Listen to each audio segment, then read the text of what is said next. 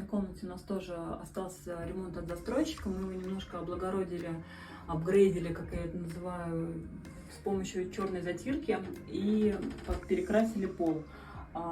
Я нанесла фон, трафаретом нанесла рисунок, и теперь у нас вот такой красивый, как мне кажется, рисунок на полу.